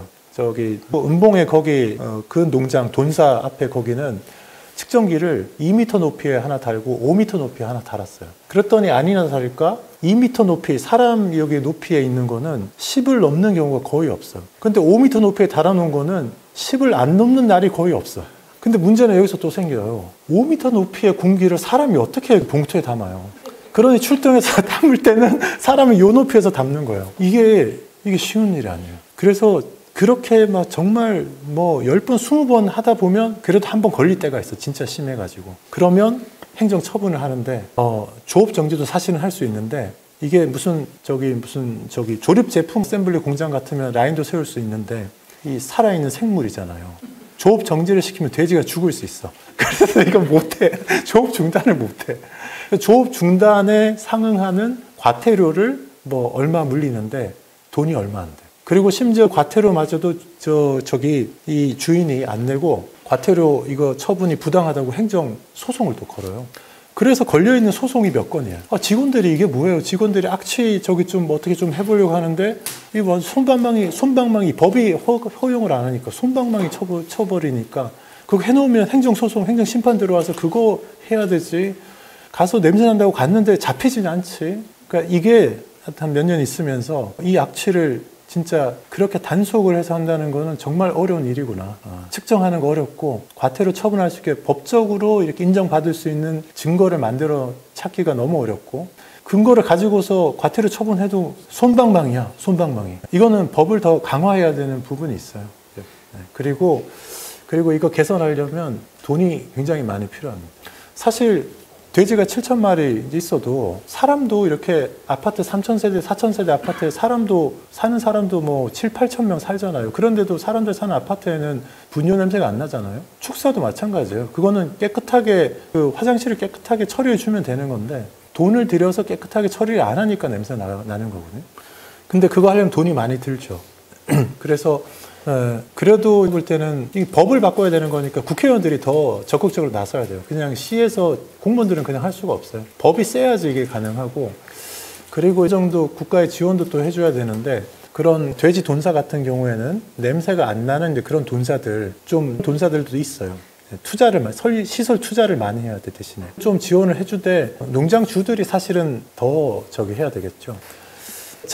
제가 뭐, 얘기 나온 김에 막 그런 말씀 드렸는데, 그래도 시에서 할 수 있는 최선의 길은 하여튼 24시간 악취 통합 관제센터 계속 운영하면서 냄새 난다 그러면 그래도 가가지고 농장주한테 뭐라도 얘기하고 이러면 과수 농장이나 이런 것들, 딸기 농장 이런 것들도 있는데, 이 중에는 농장이나 뭐 이런 것들도 많아요, 여기. 여기가 배방의 1차 아파트거든요. 그리고 여기가 이제 호소대입니다. 호소대. 네. 그래서 천안의 입장에서는 제일 외곽에 갖다 놓은 거예요, 농장들을. 소각장도 제일 외곽에 갖다 놓고 하필이면 아산 경계에다가 네. 이게 문제가 돼서 천안 아산 경계 지역 악취 실태 조사 이거도 하고 천안에서도 좀 해가지고 같이 공동 대응을 좀 하자 해서 천안도 12월 연말까지 아마 하고 있는 걸로 제가 알고 있고요. 그래서 용역 결과를 보고서 같이 공동으로 뭔가를 좀 해야 되는 천안 쪽에서 날라오는 거에 대해서 아산시가 무슨 단속 권한이 없어요. 그건 날아오면 속수무책이에요. 속수무책. 그렇게 이쪽으로 천안 쪽에서 날아오는 게 훨씬 많기 때문에 피해가 이쪽에 굉장히 훨씬 크다. 이 풍세면 쪽에서 날아오는 게 대부분 우리 아산 쪽의 세귤이나 이쪽에도 농장이 몇 개 있긴 하지만은 다수가 이쪽에 있고 그래서 그게 배방과 탕정의 냄새에 고통스럽게 하는 원인이거든요. 우리 아산시에 소재한 농장 때문에 천안의 악취로 고통받는 것도 한 군데 있어요. 한 군데 있습니다. 그런 것도 우리는 모르죠. 왜냐하면 이쪽으로 냄새가 잘 안 나오니까. 네, 그런 것들도 같이 이거 해야 되는데 문제는 이렇게 천안 아산 경계가 딱 지방자치단체가 딱 이렇게 갈라져 있을 때는 이 문제가 정말 힘든 것 같아요. 이 요건에 대해서 하여튼 뭔가 좀 내년에는 뭔가 좀 좋은 방안이 좀 나올 수 있으면 그러기를 희망하는데 이게 현실 문제가 있기 때문에 돈 문제가 있기 때문에 이게 쉽지 않습니다. 이거 해결하려면 돈이 들어가야 되거든요. 어디론가 이전하려고 해도 큰 돈이 들어가고 그래서 현실적으로 실효적으로 이거를 해결할 수 있는 제일 좋은 방안은 축사를 없애는 거잖아요. 다른 데로 멀리 이전하게 하거나 아니면 그냥 폐업하게 하거나 하는 대표적으로 우리 은복면에 있는 돈사 포스코 아파트 있는 쪽에 그쪽 돈사는 이거 처리를 해결하려고 지금 해왔었냐면 돈사가 있는 지역에 산업단지가 들어오게 해서 산업단지가 들어오면서 산업단지를 하면서 갖고 나가도록 해서 하는 정도가 현실적으로 좀 가능한 완전한 해결 방법이다. 근데 그런 식으로 또 다른 데도 다 할 수는 없지 않습니까? 네. 정말 어려운 일이다. 그게 도농복합도시에 사는 우리가 잘 나가긴 하지만은 도농복합도시에 사는 시민들의 네. 괴로움인 것 같습니다. 괴로움. 네. 여기까지 해서 환경 분야에 대한 질의응답은 마치도록 하겠습니다. 자, 녹지 분야로 넘어가겠습니다. 녹지라고 하면 다소 생소한 면도 있는데 어떤 것을 다루게 되겠습니까? 네. 녹지. 아산시의 녹지 관련된 그런 내용들을 좀 다뤄보도록 하겠습니다. 아산시 이런 시군 지자체가 공원과 녹지를 관리하는 데는 주먹구구식으로 하지 않고 아주 체계적인 그런 가지고 합니다. 그래서 항상 이제 어떤 분야든지 뭐 2040 도시 계획 이런 것들이 다 있습니다. 또 공원 녹지 계획 이런 것도 있습니다. 지금 제가 이렇게 보여드리는 거는 2040 아산시 공원 녹지 기본 계획이라는 그런 계획 속에 있는 그런 내용 중의 부분인데요. 뭐 여기 보면 설정이라고 되어 있어가지고 어떤 뭐 도시공원 및 녹지 등에 관한 법률 또 세계보건기구에서 하는 권고사항 이런 것들 기준으로 해가지고 1인당 도시공원 면적을 뭐 1인당 얼마 이렇게 하는 게 좋겠다 이런 기준들이 있습니다. 그래서 그냥 상태로 있는 임야를 말하는 게 아니고 이렇게 공원으로 지정된 곳 또는 공원으로 만들어진 법적으로는 아니라도 비법정이지만 공원 역할을 진짜 하는 곳들 얘기하는 겁니다. 그래서 1인당 도시 공원 면적을 얼마 정도 해야 되겠다. 이런 거 가지고서 이렇게 관리를 또 하고 있습니다. 또 공원이라 뭐 면적이 마냥 넓다고 또 좋은 것만 아니고 공원이 질적으로 얼마나 이런 것들도 문제가 되기 때문에 단순히 가지고 따지지는 않고 그 양과 질적인 것들을 다 이렇게 따져서 그런 계획을 아주 광범위하고 또 세세하게 세워서 이런 일을 시가 한다. 라는 거를 또 아시면 될 것 같습니다. 동네 아파트 주변에 있는 작은 자투리 공원 이런 거 하나도 그냥 만들어지지 않고 이런 계획 하에서 소공원도 만들어집니다. 질문으로 가서요. 아산시의 대표적인 공원 녹지 아이템은 어떤 것이라고 할 수 있을까요? 라는 질문입니다. 아산시 하면 공원 녹지 중에 어디가 제일 이렇게 딱 떠오를까? 어떤 데가 제일 먼저 떠오르십니까? 보통 뭐 사람마다 다를 수 있지만 신정호 주변 이게 아마 떠오르실. 저도 신정호는 1926년도에 만들어진 인공호수입니다. 자연호수가 아니고 인공호수입니다. 저 아래쪽에 가면 있잖아요. 댐이 있고 그 물이 흘러가게 되고 그 따라서 이렇게 저 천까지 저 오목천이 이렇게 흘러가게 되는데 이 원래 이름은 마산저수지라고 합니다. 네. 이 기록에 의하면 이 댐을 막아서 물이 고이기 전에는 여기 어떤 있었는데 마을 이름이 마산이었다고. 그래서 그 마을 이름 따서 마산저수지다. 근데 지금 요즘은 다들 그냥 신정호라고 이렇게 있습니다. 인산 이 저수지 호수가 있고 주변에 여러 가지가 이렇게 들어서면서 아주 풍광도 좋고 편의시설도 많고 그래서 아주 인기 있는 그런 호수가 되었습니다. 이 신정호에 대해서 제가 좀 설명을 좀 드리려고 합니다. 신정호 물이 깨끗한가 그런 거 궁금하잖아요. 좋은 이런 관광지가 되려면 물이 깨끗해야 될 텐데 안타깝게도 신정호 수질이 5등급입니다. 물이 안 좋아요. 네.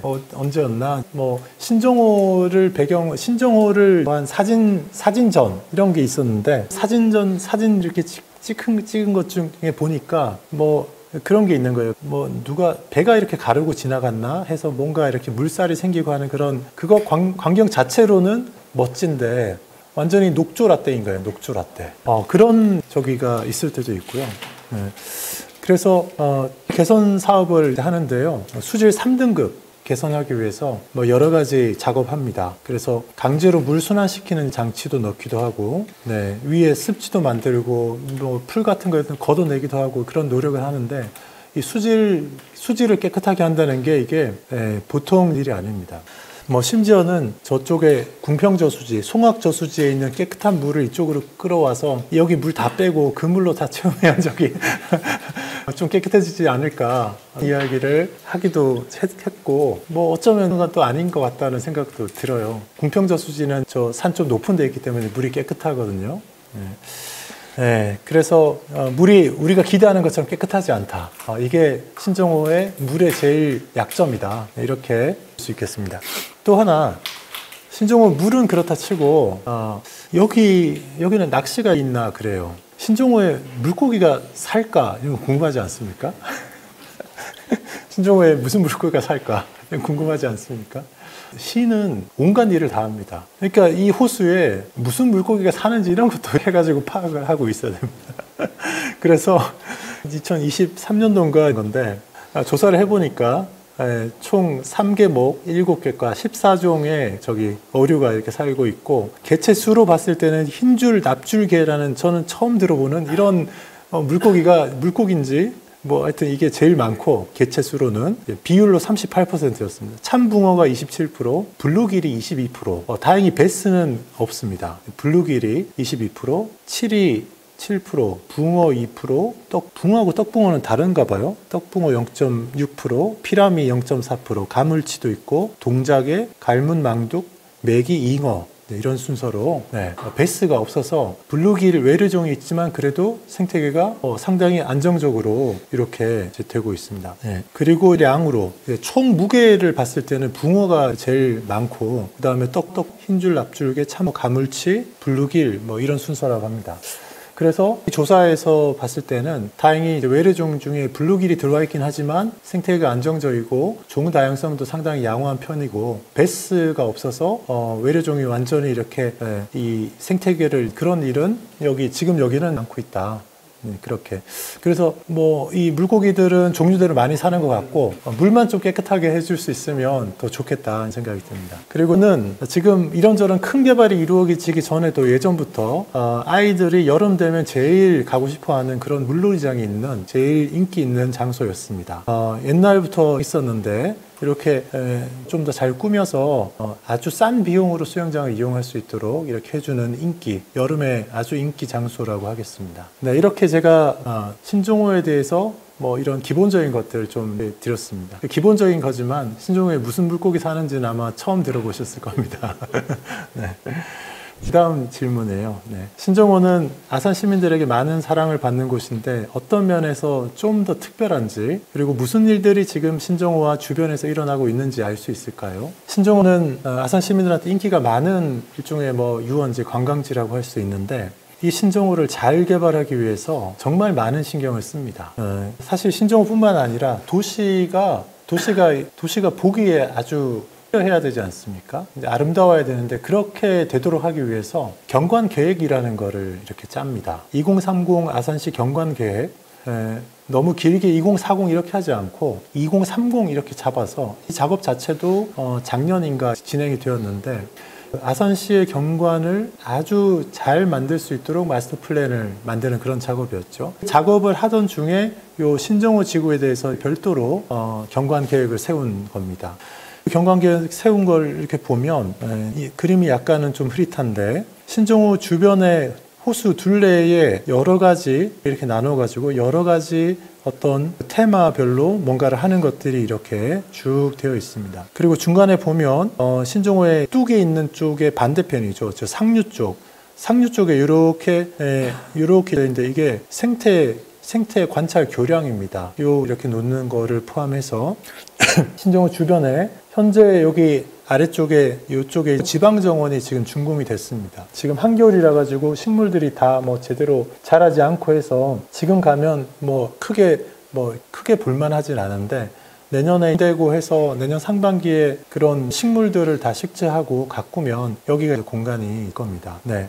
그리고 이 경관 계획은 지방정원 여기뿐만 아니라 이 주변 둘레 전체를 어떤 식으로 관리해야 될지, 보기에 좋은 거를 어떻게 만들지, 이거를 해놓은 겁니다. 그런 계획을 따라서 이 신종호 아트밸리, 이렇게 이 일대를 그냥 신종호 아트밸리 이렇게 호수뿐만 아니라 남산과 위에 상류 쪽에 이런 논밭과 이런 거 다 합쳐서 그냥 신종호 아트밸리 이런 마스터 플랜을 가지고서 개발할 때 적용을 한다라는 말씀을 드리고요. 네, 신종호 생태 관찰 교량 할 때는 아마 뭐 약간은 다를 수도 있겠지만 대략 이런 형태로 앞으로 이렇게 쭉 앞으로 튀어나온 형태로 이렇게 이제 되고, 가능하면 이제 수면에 좀 가까이 다리가 이렇게 가서 교량에 걸으면서 가까이서 이렇게 볼 수 있도록 그렇게 설치가 예정이고, 가운데는 이렇게 사람들이 그래도 좀 모여 있을 수 있는 공간을 이렇게 만들도록 그렇게 준비가 되고 있습니다. 없던 게 이렇게 생기는 거죠. 그리고 신종호의 야간 경관 사업을 합니다. 그래서 신종호의 각 주변 둘레에 그 각 영역별로 테마를 정해서 여러 가지 여러 개로 나눴습니다. 그래서 이렇게 어떤 구역별로 신종호 유원지하고 남산 근린공원 쪽에는 패밀리하고 힐링을 테마로 한 그런 존을 몇 개 이렇게 둬가지고 그 부분에 가면 빛으로 뭔가를 이렇게 구성을 해놓은 그런 공간들을 세 군데 만들려고 합니다. 그리고 그런 거를 구상을 해놨는데, 이 중에 얼마 정도가 실제로 구현이 될지는 그거는 또 좀 봐야 될 텐데요. 이런 식으로 야간에 이렇게 갔을 때 좀 지금 현재로는 보면 신종호 주변이 어둡습니다. 그래서 해 떨어지고 나면 사실 어디 카페나 건물에 들어가는 거 아니고서는 좀 이렇게 주변을 좀 돌아보곤 할 때, 너무 기존의 조명 시설은 또 굉장히 오래 전에 설치한 빨강, 파랑, 녹색 이런 선명한 걸로 돼 있어가지고 좀 세련된 색깔들로 좀 변화를 이번 기회에 이렇게 변화를 좀 가져왔으면 하는 생각입니다. 네, 그리고 신종호 지방정원이라는 게 이렇게 이제 준공이 됐습니다. 여기에 원래대로 식물들이 다 식재가 되고 그 나무들도 좀 심어지고 해야지 이렇게 뭔가 이거 괜찮구나 이런 생각이 들 텐데요. 5개의 어떤 테마를 가지고 이렇게 입구 쪽에 환영하는 정원, 그리고 사계절 정원이라고 해서 색깔을 다양하게 넣은 정원, 다랭이 정원이라고 해서 그 다랭이 밭처럼 논밭처럼 만든 정원, 언덕 정원이라고 해서 이제 넓은 잔디밭을 둔 큰 언덕을 둔 그런데, 물의 정원이라고 해서 흘러가는 그런 드라이 가든이라고 해서 식으로 테마별로 이렇게 잘 구성을 해놔서 요거를 봄 되면서 잘 가꾸면 여기가 또 인기 되지 않을까 싶습니다. 그리고 또 하나는 신종 포레스트밸리의 남산 근린공원을 개발합니다. 지금 현재 신정호 호수에 잔디공원이 있는 잔디광장이 있는 쪽 그쪽에 그쪽이 산이 있잖아요. 산까지 산자락까지 이렇게 연결해서 근린공원을 조성합니다. 대략 지금 여기 보시면 신정호 잔디광장이 있고 여기 남산이 이렇게 있는데 1단계로 남산 근린공원을 여기 하늘색으로 되어 있는 이 부분 하고 2단계로는 지금 이쪽 산까지 이 경계는 아닙니다. 제가 대략 그냥 이렇게 위치가 어딘지만 되도록 대략 해놓은 거고요. 이렇게 해서 남산 근린공원인데 여기에 이 남산 근린공원 사업의 중요한 핵심이 뭐냐면 키즈가든입니다. 네. 이거는 김태형 도지사의 공약사항이기도 하고요. 키즈가든을 기존에 여기 남산 자락에 이렇게 넣을 겁니다. 지금 우리 아산시에는 아이들이 뭔가 타고 이렇게 놀이공원 같은 놀이공원이 없잖아요. 아산시에는 놀이공원이 없는데 뭔가 뭐 롤러코스터처럼 작은 롤러코스터나 이런 것처럼 뭔가 타고 내려오거나 이런 게 없어요. 근데 처음으로 여기에 아이들이 타고 내려올 수 있는 그게 생깁니다. 그래서 여기 키즈가든 이렇게 해서 넓게 해서 여기도 몇 가지 특징을 가진 그런 놀이터, 놀이공원, 그리고 탈 것도 생기고 또 이렇게 산책할 수 있는 교량도 쭉 설치가 돼서 이렇게 해서 길을 건너서 호수 쪽에 높은 전망대로 연결되는 이런 교량을 설치해서 전망대를 세워서 여기 가서 호수를 바라볼 수 있는 사진을 찍기 굉장히 좋은 스팟이 될 수 있는 그런 거를 이렇게 만들려고 합니다. 이게 가든입니다. 이게 남산 근린공원 사업의 2단계 제일 핵심 사업인데 이것도 아마 이제 들어갔거나 들어갈 거고 여기까지가 갖추어지면 또 하나의 여기 이 길 건너편에 정원이 생겨서 거기도 볼 수 있지만 이 키즈가든이 여기 생기면 굉장히 인기 있는 그런 가족들이 올 수 있는 그런 사이트가 될 것 같습니다. 지금 여기 키즈가든에서 연결해서 호수 쪽으로 나와 있는 이 전망대 모습이 키즈가든 쪽에서 이렇게 해서 여기 이렇게 와서 이 도로 위로 이렇게 교량으로 넘어와서 이렇게 이 전망 타워죠. 이 전망 타워 이것도 거쳐가지고 나중에 세련된 디자인으로 이렇게 선정이 된 거고요. 네, 이렇게 괜찮은 그런 전망대가 이렇게 계획이 되고 있습니다. 그래서 아까 생태 관찰 교량도 있었죠. 그리고 키즈가든이 생기면 키즈가든 자체가 볼 만한 그런 사이트가 되고 밑에 조금 내려오는 정원이 있고 그리고 신정호 주변 둘레길은 계속 이렇게 개발할 거고 하기 때문에 그리고 이쪽 편 말고 저쪽 건너편 쪽에는 수면 도로 있는 쪽하고 공간이 별로 없어가지고 자전거 도로하고 산책로하고 이렇게 같이 중복돼 있고 이러는데 거기는 수변에 데크를 설치해서 보행로를 따로 안쪽으로 뽑을 거여서 도로하고 분리가 또 될 거거든요. 되면 훨씬 더 신정호 이용하기가 할 것이다. 그리고 계획하고 있는 건 아니지만 민간에서 이쪽 건너편에 저쪽 편에 이렇게 무슨 박물관 같은 거 이런 거를 하려고 계획하고 있는 분들도 있고 해서 그리고 계속 들어오잖아요. 그래서 이것들이 하나하나 들어오면서 더 좋아질 것이다. 네, 그리고 그렇게 됐으면 좋겠다. 네, 그렇게 희망을 합니다. 질문으로 가겠습니다. 네, 신정호 지방정원이 완공되었는데 겨울이라 그런지 아직 볼품이 좀 없습니다. 이런 상황에서 국가정원에 도전한다고도 하는데 국가정원에 도전하는 것은 너무 무모하다. 그렇게 이야기하는 사람들도 있는데 어떻게 생각하십니까? 네. 지금 아산시는 신정호의 지방정원 작죠. 작은 지방정원이 23만 제곱미터 정도 되는데 지방정원으로 일단 승인이 됐습니다. 그 지방정원을 가진 그런 도시가 됐고 그런데 국가정원으로 이 신정호 일대를 한번 발전시켜 보겠다. 이런 구상을 가지고 일을 지금 해왔었습니다. 그러니까 지방정원을 하나 만들었지만 지방정원만 따로 사실 생각한 게 아니고 지방정원을 만들면서 크게 국가정원을 이렇게 할 건데 이 지방정원이 무슨 역할을 할 건지를 역할을 딱 주고서 그렇게 설계를 했어요. 그래서 지방정원이 딱 갖추어져 있는데 이거를 뭐 할지와 관계없이 이것만 따로 했던 게 아니라 국가정원 크게 큰 그림을 그리는 중에 지방정원 너는 무슨 역할을 해야 되겠다는 거를 감안하고 그 역할만 딱 해둔 거기 때문에 앞으로 국가정원으로 하자면 이거 하면 되겠다라는 계획이 있습니다. 국가정원을 어떻게 할지를 계속 연구를 해서 정리를 있고요. 국가정원이 되려면 면적이 넓어야 됩니다. 70만 제곱미터? 그러니 이게 한 20만 평 되거든요. 신정호 호수 주변 가까이뿐만 아니라 남산 남산도 좀 들어가야 되고 상류 쪽에 위쪽에도 이렇게 이쪽이 좀 들어가야 되고 그렇게 해서 넓혀가지고 국가정원으로 하려고 하는 건데 신종호 지방정원, 기존의 신종호 지방정원이 있고 그 다음에 키즈가든 들어가는 쪽에 남산 근린공원이 있고 그리고 생태공원 공간도 좀 있고 그 다음에 주변의 유유부지들을 이용해가지고 그런 데들을 다 넣어서 국가정원으로 도전을 해보겠다. 사이즈가 일단 얼마 돼야 되기 때문에 그렇게 넣고 그 다음에 사실 뭐 인공으로 이렇게 막았던 저수지 가지고서 시작했는데 이게 무슨 국가정원화 할 만큼의 무슨 가치가 있냐. 부정적인 사람들은 자꾸 그렇게 얘기합니다. 아니 뭐 우리 동네 이거 뭐 그렇게 저수지 이게 뭐 대단하다고 국가정원 하냐. 순천만 가면 대단하고 울산에 태화강 국가정원 가면 정말 대단한데 우리는 별거 아닌데 뭐 하냐. 우리는 야시장이나 하면 되지. 이런 마인드가 있어요. 우리는 야시장이나 하면. 근데 새로운 일을 시작하고 뭔가를 만들어내는 사람은 꿈을 꾸는 사람이 할 수 있는 거지. 우리는 뭐 원래 그랬으니까 이런 거는 우리는 엄두도 못 내. 그런 생각하고 있으면 백날을 가도 못 하는 거죠. 그런데 시청의 직원들은 신종호 지방정원 만들고 하면서 이미 국가정원의 꿈을 꾸면서 그거를 만들었고 그래서 국가정원을 어떻게 하면 되겠다라는 구상이 머릿속에 있습니다. 누군가가 그거를 뒷다리 잡고 뭐 사사건건 거기 예산이 배정되지 않도록 하고 이러면은 결국 안 될 수도 있지만은 적절한 예산을 투입하고 하면 가능성이 없는 건 아닙니다. 그리고 여기는 처음부터 어떤 천혜의 자연 조건을 가지고 한 데가 아니기 때문에 인공적으로 가꾸어 가면서 만들어 가는 거.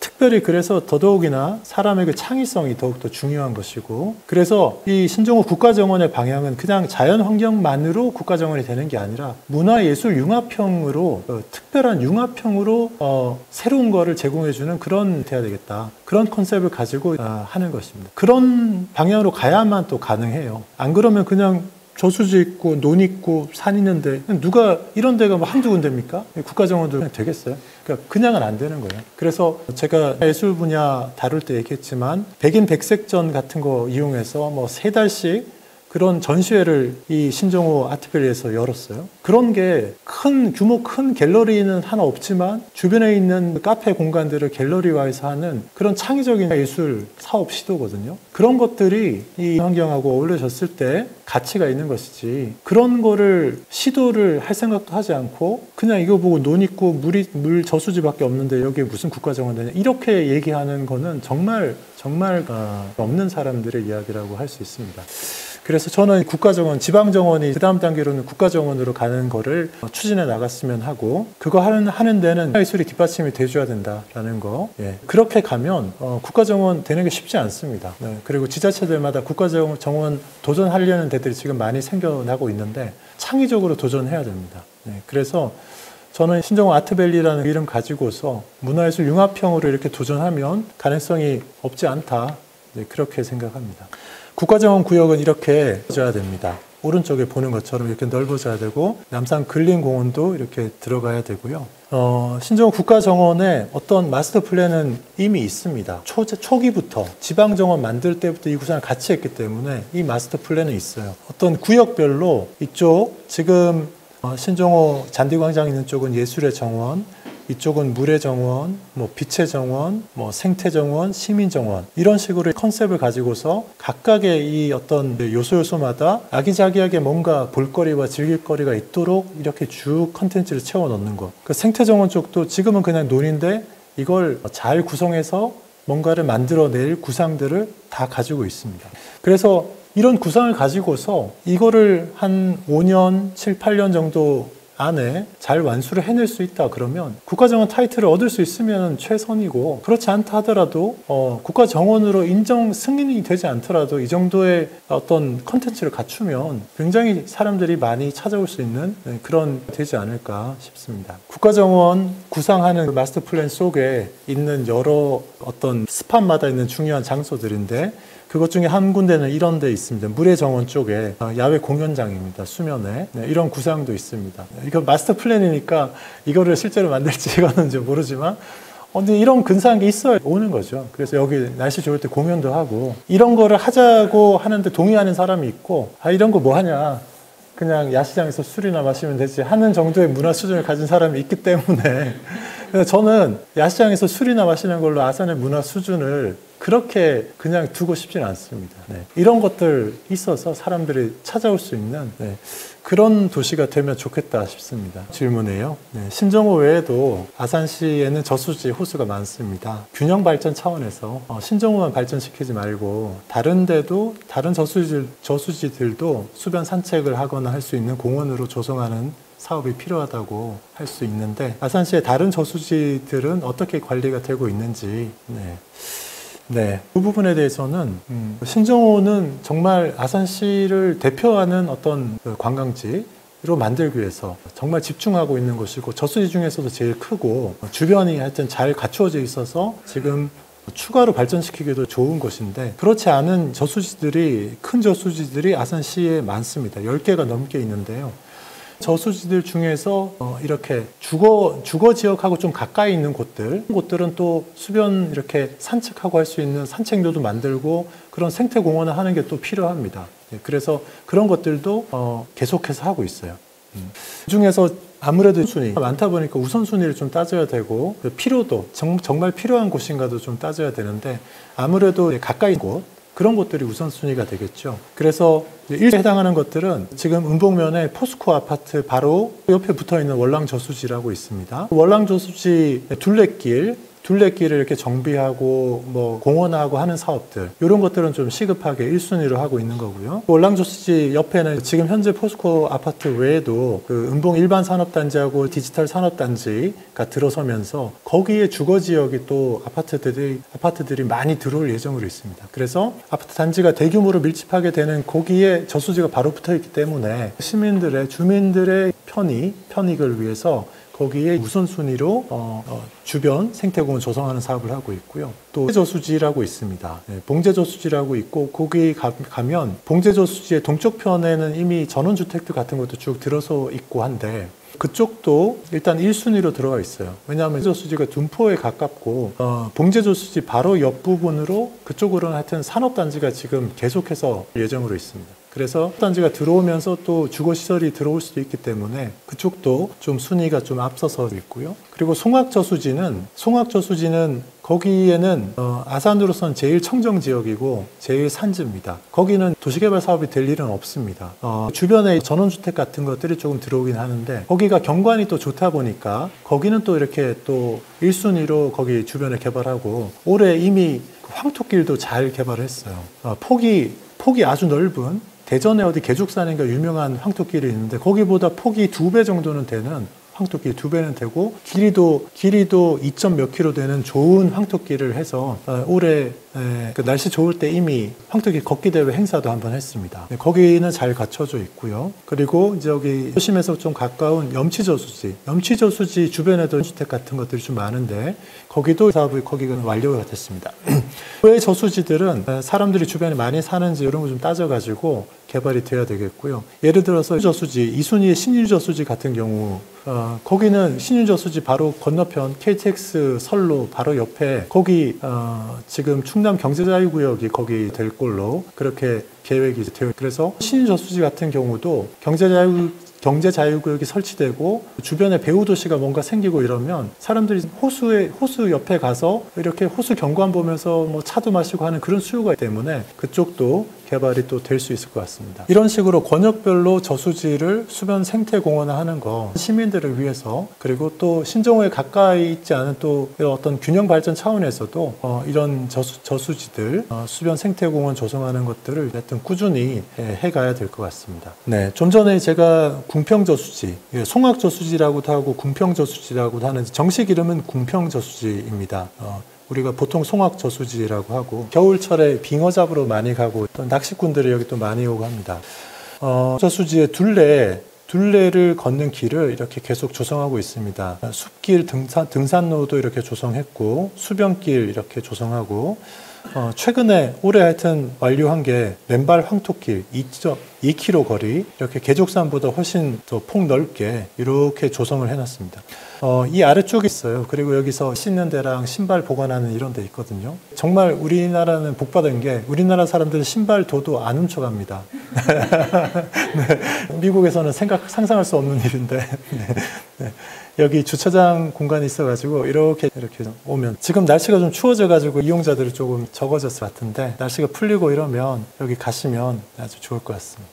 네, 다음 질문은요. 네, 아산시에는 아주 높은 산은 없지만 산지가 많아서 등산길, 둘레길을 잘 정비하는 것이 또 필요합니다. 지난 시장님은 산길 따라 300리, 등산길, 둘레길 조성하는 것을 공약으로 내세웠었는데 어떻게 진행되고 있습니까? 이 뭐 공원 녹지 이런 거 이야기할 때요. 또 이런 거 또 빼놓을 수가 없습니다. 산길 따라 300리. 대략 이렇게 이런 둘레길도 쭉 연결을 해보니까 한 300리쯤 돼요. 네.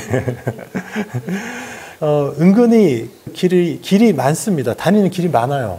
네. 그런데 중간중간에 끊어진 데들이 좀 있어가지고, 뭐, 재작년, 작년, 올해 끊어진 데를 찾아서 잇고 정비하고 하는 일을 정말 열심히 했습니다. 이쪽 담당하는 직원들이 정말 열심히 했습니다. 그래서 코스를 이렇게 하고 또 뭔가 재미있는 어떤 이름을 붙여줘야 되기 때문에 그런 걸 하고 하여튼 길을 이렇게 해서 둘레길을 이렇게 쭉 만들었고요.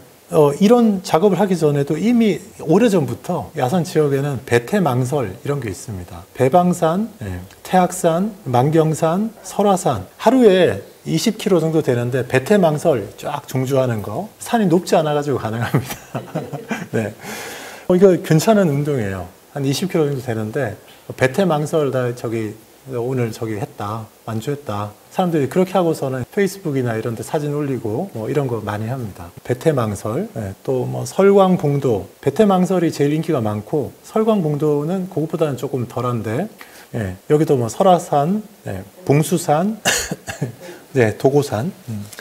이렇게 여기는 40km 길어요. 네, 힘들죠. 네.